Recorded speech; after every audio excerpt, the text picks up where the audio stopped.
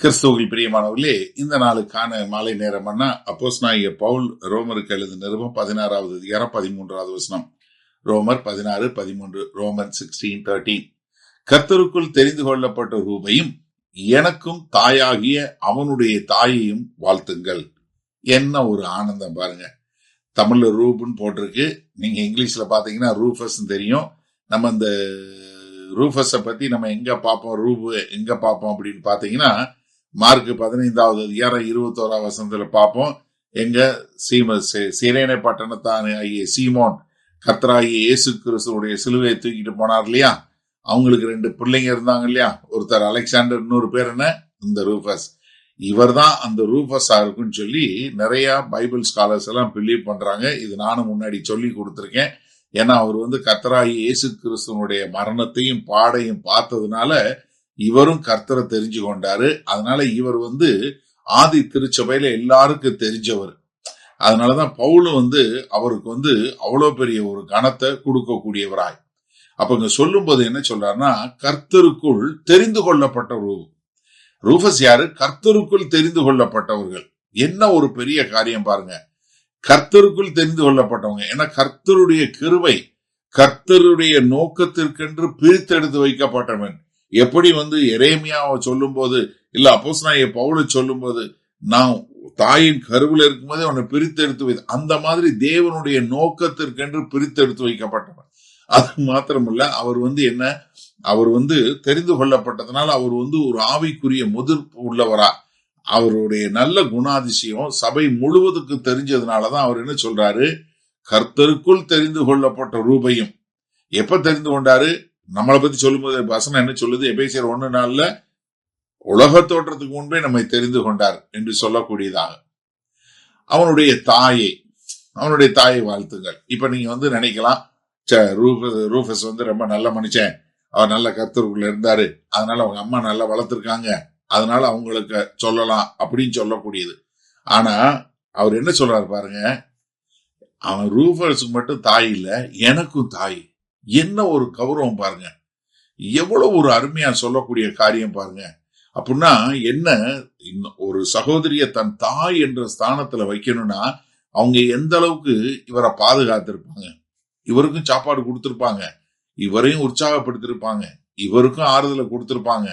எல்லாவற்றிற்கும் மேலாக அப்போஸ்தலனாகிய பவுலையும் தன் பிள்ளைய போல பார்த்ததுனால தானே இப்ப இவர் என்ன சொல்றாரு, அவன் ரூஃபஸுக்கு மட்டும் அவங்க அம்மா இல்லப்பா, எனக்கும் அம்மா என்று சொல்லக்கூடிய ஒரு காரியம். அப்ப எனக்கு அருமையானவர்களே, பரலோக ராஜ்யத்துல இது என்ன அப்போஸ்தலனாகிய பவுல் காட்டுறாருன்னா, எல்லாருமே ஒரு ஆவிக்குரிய குடும்பம். இது ஏதோ மதம், இது கிறிஸ்தவம் என்பது ஏதோ ஒரு சபை என்பது ஏதோ ஒரு அமைப்புல சேர்ந்துட்டோம், இல்ல ஒரு சோசியல் கிளப்ல சேர்ந்துட்டோம், இல்ல ஒரு ஆர்கனைசேஷன்ல சேர்ந்துட்டோம், இல்ல ஒரு மதத்துல சேர்ந்துட்டோம், கிடையவே கிடையாது. நீங்க மார்க் 10வது அதிகாரம் 29, 30வது வசனத்துல சொல்லும் என்ன சொல்றாரு, ஆண்டவர் என்ன சொல்றாரு, நீங்க என்னுடைய ஆவிக்குரிய குடும்பம் என்று சொல்லக்கூடிய ஒரு காரியத்தை சொல்றாரு. சரி, இதனால இந்த வசனத்தை நம்ம எப்படி எடுத்துக்கொள்வது? அதாவது உங்களுடைய வாழ்க்கை எப்படின்னா, கர்த்தருடைய கரம் உங்க மேல இருக்குது, நீங்களும் பிரித்தெடுத்து வைக்கப்பட்டவர்கள் என்று சொல்லக்கூடிய ஒரு வாழ்க்கையை புரிந்து கொண்டவர்களாய் வாழ வேண்டும். ஒரு சில நேரத்துல நீங்க வாழுகிற வாழ்க்கையில அந்த மாதிரி தெரியாம இருக்கலாம்.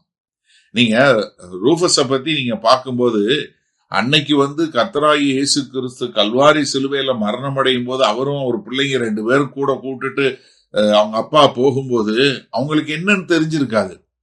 அவர் அவங்க அப்பா சிலுவையை கொண்டு போனப்ப கூட தெரிஞ்சிருக்க வாய்ப்பு இல்லை. ஆனா அதெல்லாம் பார்த்தது என்னது, அவங்களுடைய வாழ்க்கை மாறி அவன் தெரிந்து கொள்ளப்பட்டவன் என்று சொல்லக்கூடிய அளவிற்கு அவருடைய வாழ்க்கை மாறியதை நம்ம பார்க்கிறோம். அப்ப நீங்களும் நானும் உலக தோற்றத்துக்கு முன்பே கர்த்தரால தெரிந்தெடுத்து கொள்ளப்பட்டோம் அப்படின்னு சொன்னா, நீங்களும் நானும் எப்படி வாழணும்? நம்முடைய வாழ்க்கை முழுவதும் காட்ஸ் ஃபிங்கர் பிரிண்ட் இருக்கிற மாதிரி கர்த்தர் நம்மளை வழி நடத்துறாரு என்று சொல்லக்கூடியதாக. அதே மாதிரி எப்படி ஒரு ஆவிக்குரிய ஒரு தாயாய், ஒரு தகப்பனாய் இருக்கக்கூடிய ஒரு காரியத்தை பார்க்கிறோம். அப்போஸ்தலனாகிய பவுலுக்கு இவங்க ஒரு தாயா இருக்கிறாங்க. நீங்க இன்னைக்கு யாராவது ஒருத்தருக்கு ஆவிக்குரிய முறையில ஒரு தாயை போல, ஒரு தகப்பனை போல யாருக்காவது இருந்திருக்கீங்களா? யோசிச்சு பாருங்க. இன்றைக்கு சபைக்கு அவசியம் என்ன தெரியுமா? அநேக போதகர்கள், அநேக பிரசங்கியாரை காட்டிலும் நல்ல ஆவிக்குரிய ஒரு தகப்பனை போல, ஒரு தாயை போல பிள்ளைகளை எடுத்து அவர்களை உற்சாகப்படுத்தி அவங்களுக்கு விசுவாசத்தை கத்துக் கொடுத்து தேவனுடைய வார்த்தையில பழக்கி விட்டு அவர்களை ஒரு நல்ல சீஷர்களாய் உருவாக்குவதுதான் நம்ம எல்லாருக்கும் கொடுக்கப்பட்ட ஒரு காரியம். அப்ப எனக்கு அருமையானவர்களே, நீங்க சபை என்பது ஒரு ஆவிக்குரிய குடும்பம் என்கிற அளவிற்கு நீங்க வாழக்கூடிய ஒரு மக்களாய் இருக்கிறீர்களா? வல்லபிதாவே, இந்த அருமையான நல்ல நாளுக்காய் நன்றி. இந்த செய்தியை கேட்டுக்கொண்டிருக்கிற ஒவ்வொருவரும், நாங்கள் ஒரு ஆவிக்குரிய குடும்பத்தில் இருக்கிறோம், நாங்களும் யாராவது ஒருவரை ஒரு மகனை போல, ஒரு மகனை போல, மகளை போல எடுத்து உம்முடைய வார்த்தையை பயிற்றுவித்து அவர்களை உற்சாகப்படுத்தி அவர்களை விசுவாசத்தில் திடப்படுத்தி உமக்கென்று வாழக்கூடிய மக்களாய் வளர்க்க எங்களுக்கு கிருபை பாராட்ட வேண்டுமாய் இயேசு கிறிஸ்துவின் மூலம் ஜெபிக்கிறோம் வல்லபிதாவே, ஆமேன். கர்த்தர் உங்களை ஆசீர்வதிப்பாராக. நாம் நாளை காலை தினசரி தியானத்தில் சந்திப்போம். Good night.